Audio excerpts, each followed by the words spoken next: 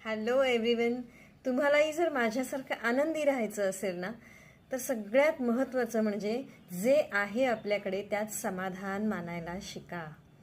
संपत्ती, पैसा, धन म्हणजे फक्त आनंद नाही, तर जे काही मला दिलं आहे त्याबद्दल कृतज्ञ राहायला शिकायला पाहिजे. कृतज्ञता म्हणजे आयुष्याचं सौंदर्य. आणि तक्रारी म्हणजे म्हणू शकतो आपण बदबू. तुम्हाला खुशबू हवी आहे की बदबू हवी आहे, हे माझी चॉईस आहे. त्यामुळे तुम्ही सुद्धा कृतज्ञ राहा, समाधानी राहा आणि वर्तमानात जगायला शिका.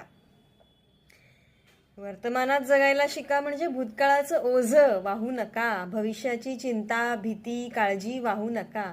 त्यामुळे एकदम मन हलकं ठेवा, कारण तुम्ही जर वर्तमानात राहायला शिकलात तर तुमच्यासारखा नशीबवान तुम्हीच असाल बरं का. आणि खोटं का होईना, थोडंफार रोज रोज हसायला शिका आणि हसायला लागा. आणि हळूहळू खरं हास्य ते आपोआप येईलच. सो ह्या छोट्या छोट्या टिप्स अप्लाय करून तर बघा.